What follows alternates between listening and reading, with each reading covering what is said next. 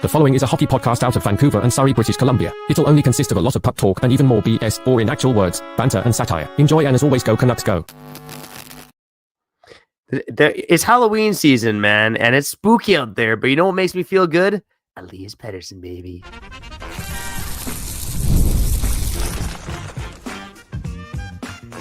You're Locked On Canucks, your daily podcast on the Vancouver Canucks, part of the Locked On Podcast Network, your team every day. Hey, happy Friday, happy Halloween, and welcome to another episode of Locked On Canucks. My name is Trevor Beggs. That guy is Kyle Bhawan, and before we get into it, Kyle, what are you dressing up for as Halloween? Because I've seen you wear some banger costumes over the years. A Blue Jays fan. Wow, that's original, man. Can we talk about this? Like, I'm not gonna lie. Like, I actually hope the Blue Jays win, and I'm actually going out of my way to watch Game 6 of the World Series. And you know, that's because, come on, I'm a good son. I'm a good son. You know what I'm saying? And my dad's never won anything. It seems like that, and he's getting older. And for some reason, he just turned into a diehard Blue Jays fan. No, straight up, he like yells at the TV, and I'm like, okay. Whatever, you know, he's getting up there in age. He's a Las Vegas Raiders fan and a Canucks fan. So do the math, right? Let him win something, and I want him to win. And it's like there's like a sentimental thing. I'm not going to be like cheering them out, cheering them like loudly at Tap and Barrel today, but I'm going to be happy for my dad. You know what I'm saying? So go Blue Jays, go. Yeah, there you go, man. And we'll see what the Canucks do for their Halloween party, man. But I think the most frightening thing about this season has been the injury list. But Kyle, one guy who has managed to stay healthy has been Elias Pettersson, and now we are, I guess, 1 month into the Elias Pettersson revenge tour, and I know a lot of people are going to look at, you know, the 3 goals and the 8 points in 12 games and say, like, this guy's a 60-point player. He's not going to be the same guy anymore. But Kyle, I think Elias Pettersson's performance so far has gone beyond the numbers on the stat sheet, and look, he's not necessarily skating at an elite speed like he once was, but he's still making plays with the puck. And honestly, he's had to, I think, carry a bigger load now that the Canucks have been missing so many guys from this lineup. So, and look, I said coming into the season, I wasn't convinced that this guy was bouncing back. What are you saying there, though? Like carrying a different load, carrying this, like I think he's got no JT Miller. He's got no Bo Horvat. He doesn't even have freaking Filipino on this team anymore. Yeah, we're staying afloat, but we're not like dominating. We're not winning games. We're 6-6, you know, because of Thatcher Demko. Like, I think it's okay for fans to like want more because it's clear that the Canucks, you know, again, look at what we saw against Montreal and Edmonton, right? But anyways, it's clear that the Canucks are 6-6 more so because of, again, like Thatcher Demko and Kiefer Sherwood than Elias Pettersson. That's what like it seems like, and that's what it feels like. I know we're gonna go into the stats and like his defense, right? No offense. But Elias Pettersson has been great. In defense of Elias Pettersson, he's the next Philip to know. But I'm just okay with the fans wanting more. That being said, I think the fans, and Trevor, I hope you do this,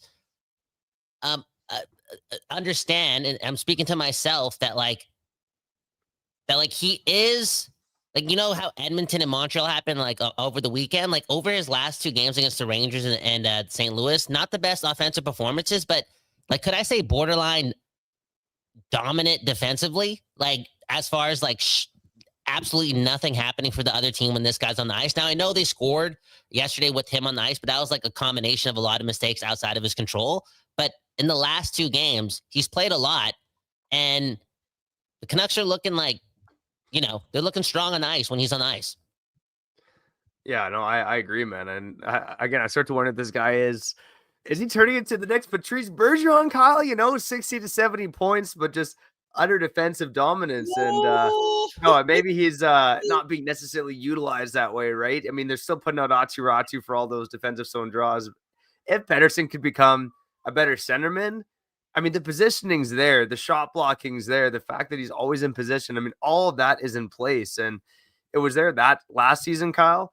But I think just it was overshadowed by the fact that he was just so shaky offensively. Like you're starting to see some of that creativity come back a little bit offensively.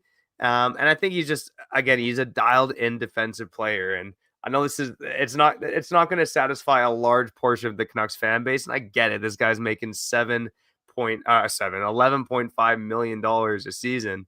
But again, I do think that it's worth noting that the defensive game has been, I'd say borderline elite in my opinion, so far this season. I think A, you're right, and B, you're wrong. I think last year, I don't think the drama overshadowed his defensive play to the point where fans like me and me and me and me and you and you and you and you weren't giving him the credit defensively or co-signing him as still a great player. Because if you dominate that well in the defensive side of the rink, you still are a great player. I actually think that he wasn't this good defensively last year. So much so that like we saw, maybe we gradually saw it all season long, but it was like against the Maple Leafs in Toronto, that's when we really saw it. I feel like we've already seen a couple of those moments this season, with Elias Pettersson, right? Like look what he did against McDavid on Sunday, right? Like that was like finally. I know we played McDavid in the past prior to the last 20 months, but in the last 20 months, I feel like he never wins that matchup, right? He did his thing. Look at what he did against Ovechkin in the last minute of that game against Washington where he blocked like multiple shots. Like, you know what I'm saying? I think this year he's gotten better defensively than he was last year. And this can't be so much of a surprise because he's always like, that's why we compared him to Pavel Datsyuk, right? But it's a sign that he is healthier than he was last year, right, Trevor? That's what it feels like. He's just more noticeable on that side of the rink, which is, I don't know. Like I don't brag about those things, but I'm going to brag about it. Like he's fun to watch defensively. You know what I'm saying? Like he's doing good work. Yeah, no, I would agree with that, Kyle. And I do think it's worth noting that he hasn't faced the stiffest competition, but even going back to the Oilers game on Sunday night, like he was matched up against McDavid and Draisaitl and did a great job against them. And the night before, he's going up against, Suzuki and Caulfield. And I know those guys got their looks on the power play, but at even strength, did a pretty damn good job against them. So, I mean, look, this guy is going up against the team's best players, at least more recently. And for the most part, he's shutting them down. And again, as long as this team, like we're 6-6 right now, and it doesn't feel great, but if this continues, it's going to give the chance, a chance to be the 0-3 New Jersey Devils, which is what we talked about going to the season, you need to have the best defense, you need to have the best goaltending and to get an average amount of goals. The defense still has a long way to come forward, I think, getting used to Adam Foote's new style. But that's the recipe for the Canucks this season, and it's not sexy, but I think fans of this market just want to win. And I think Elias Pettersson is giving this team a chance to win, not necessarily with the offensive creativity, but there's a baseline there. But it's his defensive game that I think is really giving his team a chance to win right now when he's on the ice. Yeah, when he's on the ice, like he's amongst the better player group, like he's like the best player on the ice. That's what it feels like. It's getting there, And this is again post him looking himself offensively over the weekend, like where it was apparent he was just feeling himself. He was confident, right? And we haven't seen that version of him over the last two. But the fact that we haven't seen him take a step off the defensive pedal, in fact, he's probably like gotten gradually better over the last two games is still, again, progress. It's a lot of progress. And I feel as if there's a certain level of entitlement with that guy right now, and he wants to make sure he's doing the most for the team. And again, Trevor, now look what's happening to me, right? You got me watching games twice. You got me watching Elias Pettersson shift breakdowns. Because again, I'm fiending for the offense. I want to take a hit. I want to take a hit of that offense. No, like that's skating, playmaking, the boom bam, the bam boom. But when that's invisible, he's still doing a lot. And before we get into Canucksatology and go through some more fancy stats about this guy in the comments, remember he wasn't dynamic offensively against the Rangers. That being said, better in the third period. Was around the puck a lot. Was around a lot of chances. But before he was strong defensively and had that third period in the other zone, he laid the boom behind the Rangers' goal in the first period. Like he obliterated. I forgot who it was. Who was it? Who did he hit again? I want to say it was Urho Vakanainen. I think that it was him. It was a good joke. Trevor, man, you're a real Canadian, man. I'm proud of you, man. But no, like again, Elias Pettersson's feeling himself. Like he's different. He's different. Okay. Anyways, speaking of different, I can't read this language, but we got to relay the information to you. Let's run it. Canucksatology.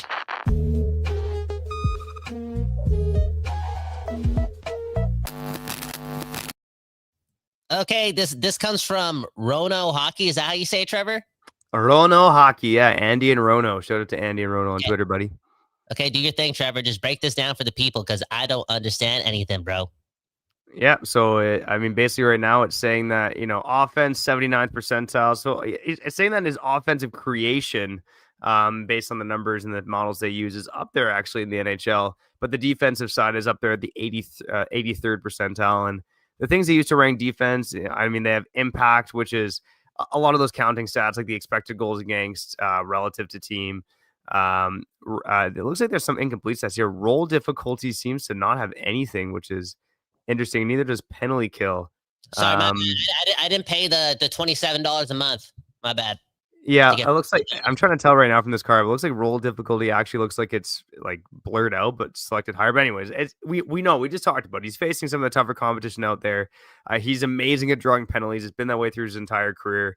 But it's also not giving him any credit for what's going on in the penalty kill, which is something that he started to do now more this season. So, look, overall, again, a lot of people are going to look at the 11 games, 3 goals, 8 points, now 12 games, and say this guy's not doing enough. And I think that's fair to an extent, but this guy is trying and he is making an impact. And I just want to shout out this comment from Oliver Sholnick, man, because I think he's speaking for the hopeful portion of the Canucks fan base. Oliver Sholnick, shout out to the Discord members. Join the Discord, link in the bio. Oliver saying, Petey also thrives offensively when his defensive game is locked in. I have a feeling the points will start flowing. And look, I think there have been some, I'm not convinced. I said this before the season. I'll say this now, 11 games, and I'm not convinced he's coming back to be a 100-point player. Not anytime soon necessarily, but I think he can be a good 70-point player who has a great impact at both ends of the ice. Like, that's the kind of player I see right now. And that should mean he gets a slight uptick in points. But as long as he keeps doing his thing defensively, keeps pushing the Canucks in a positive direction during his minutes, I do think more points will come. I think Oliver is right, but it just might not be to the extent that's going to make Canuck fans happy, or at least a large portion of the fan base happy. Okay. I know you're speaking to me. You don't have to be subliminal. I don't think I'm speaking to you, man. Look at the comments that we've had throughout, the past year plus of doing the show. Like, there's been a lot of Pettersson hate flowing through the comments. So I'm just, Trevor, man. The fan base. At this point of our relationship, just keep it straight up. Keep it a buck, man. We're 32 and a half years old. I read a lot of Deepak Chopra, a lot of, again, who's this right here? Marianne Williamson. I can read between the lines, motherfucker. Okay. So just keep it a buck with me. Speaking of keeping it a buck, after the break, I'm gonna give Trevor some research. Okay, you're gonna read out Pavel Datsyuk's like best 7 or 8 seasons, and then also Patrice Bergeron's best 7 to 8 seasons, and then you're gonna make me feel better about Elias Pettersson just being a 70-point guy. Okay, no, straight up. That's what we're gonna do on the other side. Okay, sounds good. We'll be back on the other side here on Locked On Canucks. All right, let's shout out our friends over at Gametime. A huge weekend in the Vancouver sports landscape, but actually only one of those games at home. Of course, you got the Canucks playing at 4 p.m. tomorrow. You got the Blue Jays potentially in Game 7 of the World Series. I'm sure you could remortgage your house for tickets to that if you're in Toronto. Would be 5 p.m. tomorrow. Whitecaps at 6:30 p.m. in Dallas. And, of course, the BC Lions, the home team tomorrow. If you got some time Saturday afternoon, go support the BC Lions. Go support Nathan Rourke, who could make CFL history, being the first Canadian to win MOP in 56 years. Let's go, buddy. You can find those tickets on Gametime. You know the deal if you're an everyday or an occasional listener. Gametime's got the lowest price guarantee. They got the zone deals from the seats, and you can actually see what the view is like from the seat just by opening the app and clicking the ticket. So take the guesswork out of buying tickets with Gametime. Go download the Gametime app, create an account, and use code LOCKEDONNHL for $20 off your first purchase. Terms apply. That's code LOCKEDONNHL for $20 off. Swipe, tap, ticket, and go.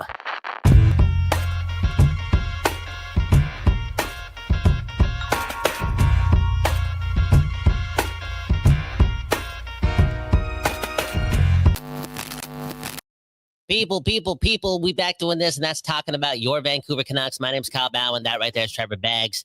Trevor Beggs is doing that research. So we're going to read your comments again here on Locked On Canucks.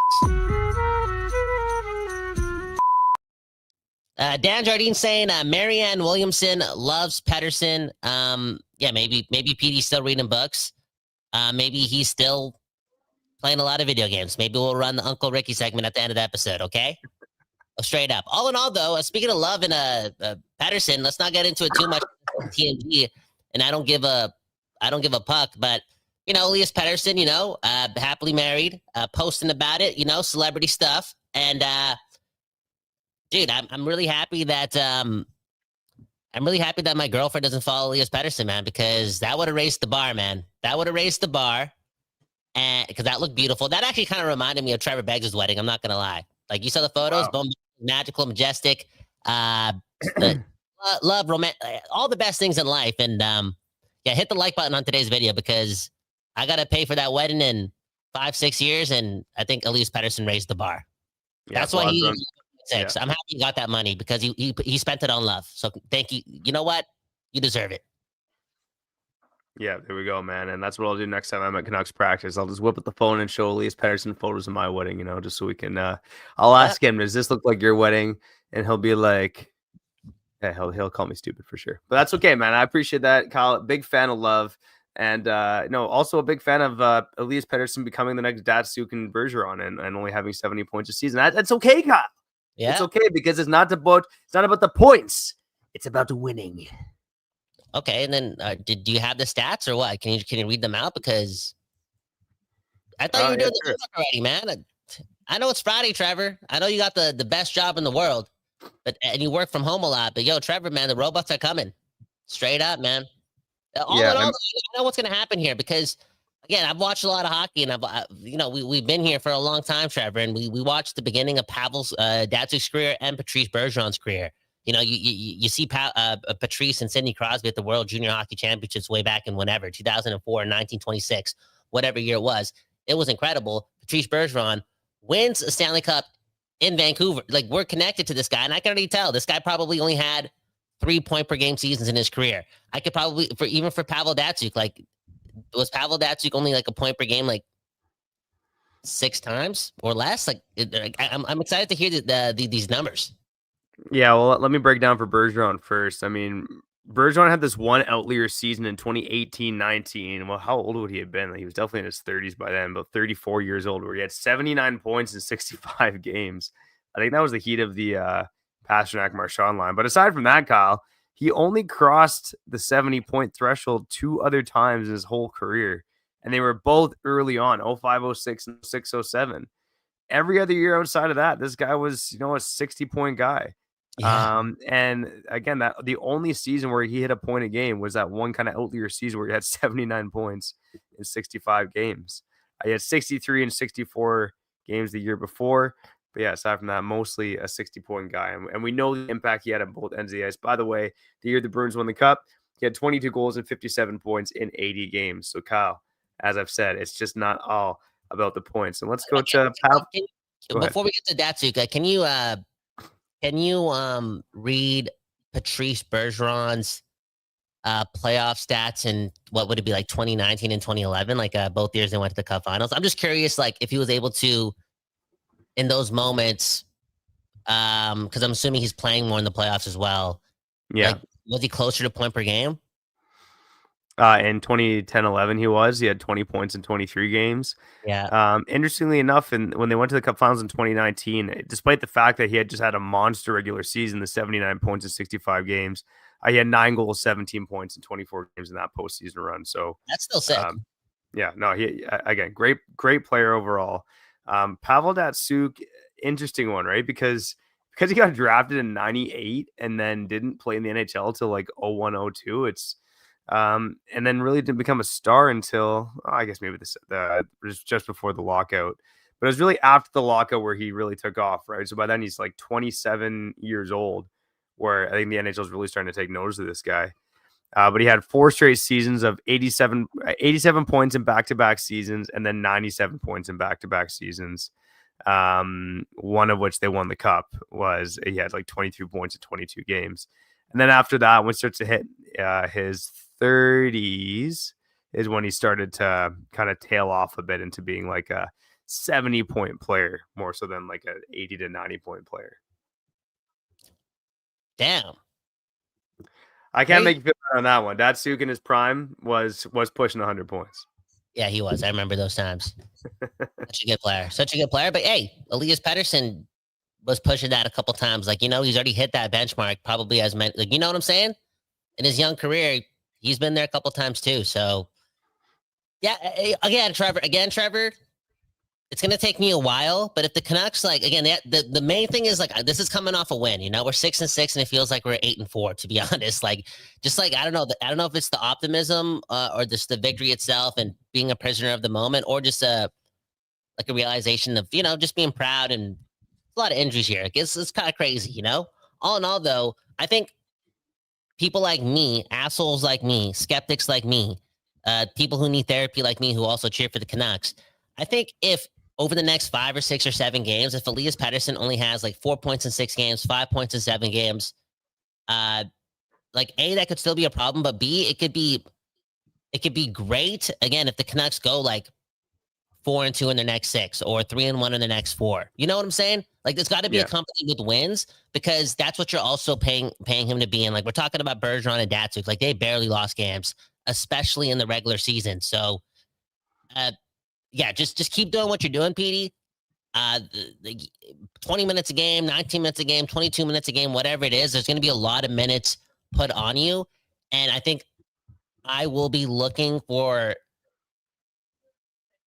the overall aspect of the game. Like, every time he's on the ice, is he the better player than his peers? Is he not creating havoc in his own zone? Like, are we not pinned? Like, all the overall aspect of the game, I'll start to analyze it closely once again, and not be so emotional and connected to just his offense. Oh, well, you're getting there, man. Slowly but surely, Kyle. You're getting there. It is hard not to be totally connected to the guy's offense. I mean, after he did what he did, but it's going to be a new Pettersson that you and I have to get used to.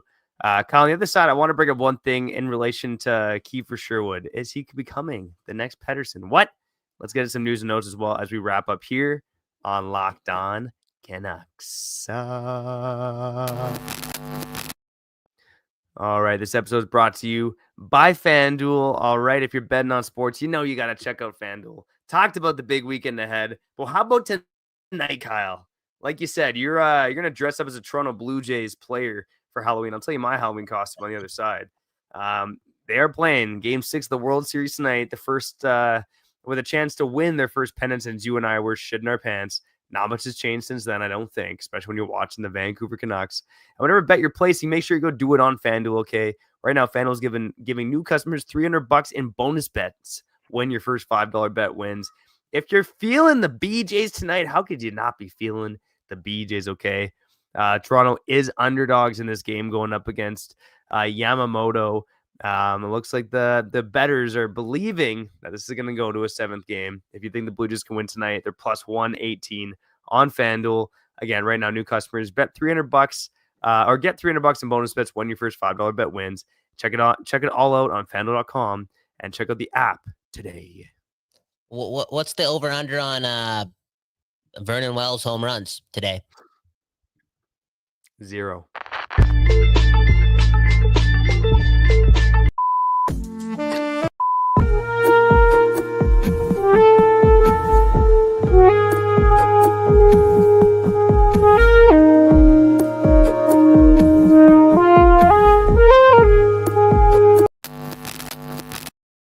Okay, we back doing this, talking about your Canucks and reading some comments on Locked On Canucks. That being said, before I click a button, Trevor, man, Halloween today, big day for you, big day for the second best dad in the world. I guess, like, the obvious question is, what's the worst Halloween candy out there right now? Ooh. Or most overrated? One or the other. Answer whatever. I think Tootsie Roll is the most overrated. Not a big Tootsie Roll fan. Just gonna put my costume on right now. I think that's racist, man, to be honest. Come on. Oh, man. Okay, Sensei saying, speaking of the R word, okay, we had no business winning the game last night. Yo, Sensei, man, it is what it is, man. Trevor, honestly, it may look like that. moving forward for a little bit because the injury list is that long, even with the good news today that Brock Besser is back at practice and whatnot. It may look like that at spurts. And I don't know, like, I'm okay with that, to be honest, as long as you win. Like, tomorrow, if the Canucks get outshot 33-21, it's going to be frustrating in the moment, but then it's going to be like, okay, obviously. And if we win, because Demko's a net and, they were gutsy and they block timely blocks, timely goal scoring, you take that, man. You got to take that. Yeah, especially right now. Like I said it last night on the post-game show, screw the stats. Don't worry about any of it. Like, if you can just eke out a victory, I don't care if you have to rely on your goaltending and you get outshot 40-12 and you win 2-1. Like, you just try to win right now and weather the storm, because even though there's a lot of injuries on the Canucks right now, almost all of the guys are expected back relatively soon, outside of Derek Forbort, who like, no one knows what the hell is going on with that guy, and Nils Höglander, who should be out another month. Jonathan Leckermack is supposed to be another week or two away. But the other 6 guys that are injured, they're all expected back within like a week-ish kind of time frame. Oh, Trevor, come on, man.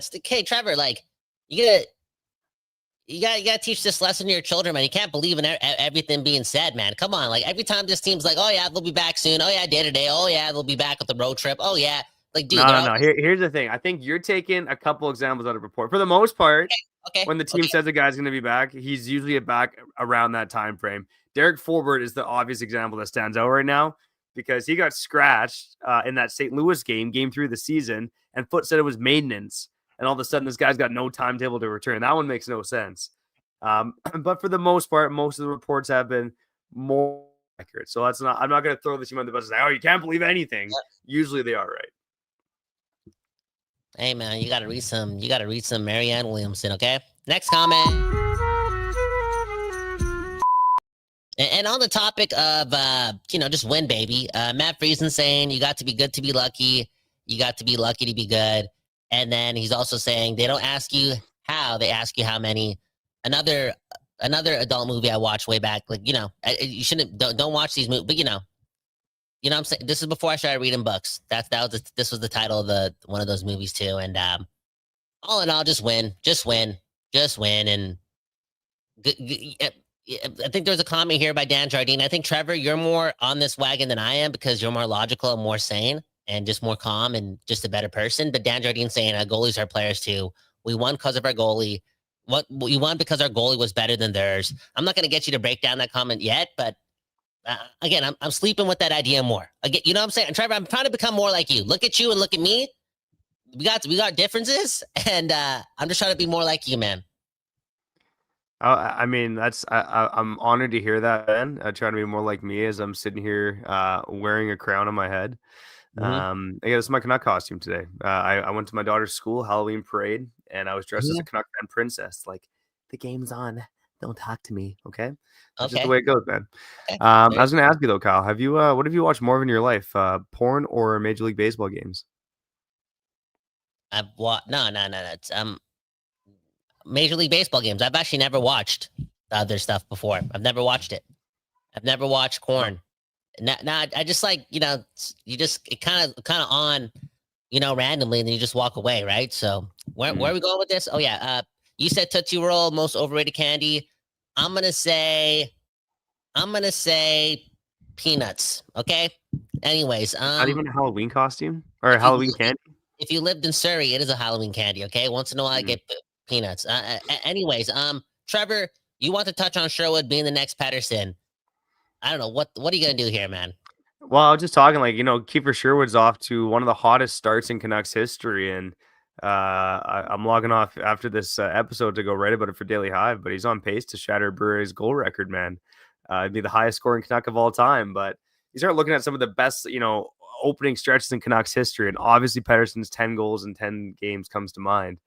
And all this talk about Petey bouncing back, maybe we have the next Pettersson in Kiefer Sherwood. And I know they're very stylistically different players, but again, in terms of the hottest starts in Canucks history, I know Burray during one of his 60-goal seasons had 8 goals in 10 games. Mogilny had 9 goals in 9 games for one of his starts to a season. And then Pettersson and Sherwood, man. So, look, maybe we don't need Pettersson because we have Kiefer Sherwood. I know we should. I don't look at the shooting percentage, okay?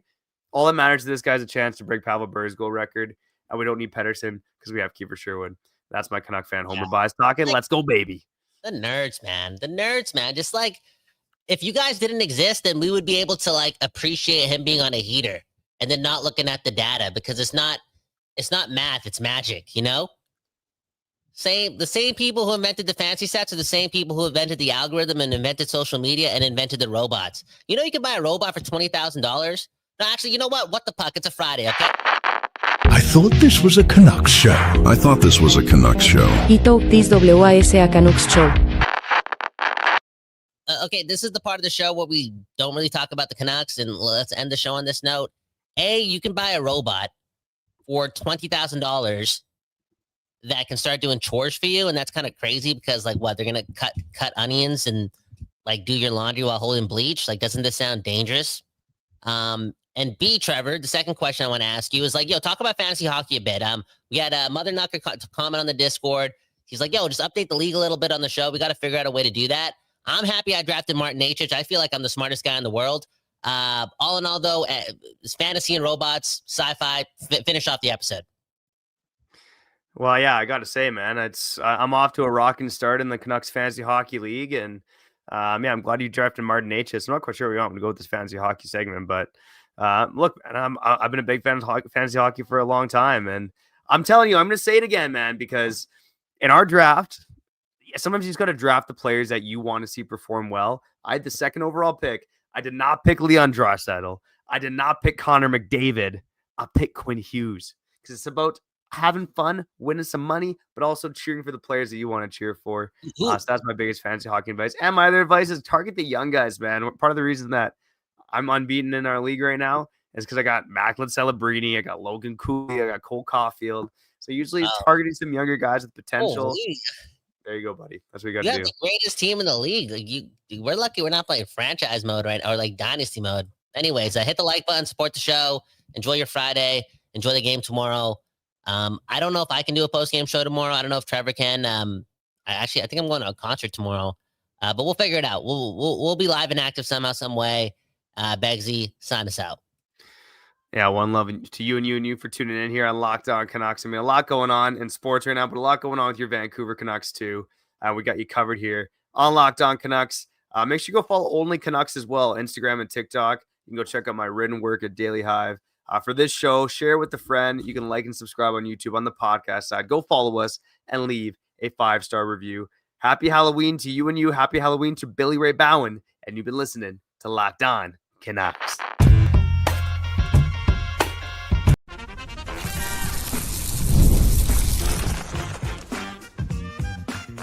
Your Locked On Canucks, your daily podcast on the Vancouver Canucks, part of the Locked On Podcast Network, your team every day.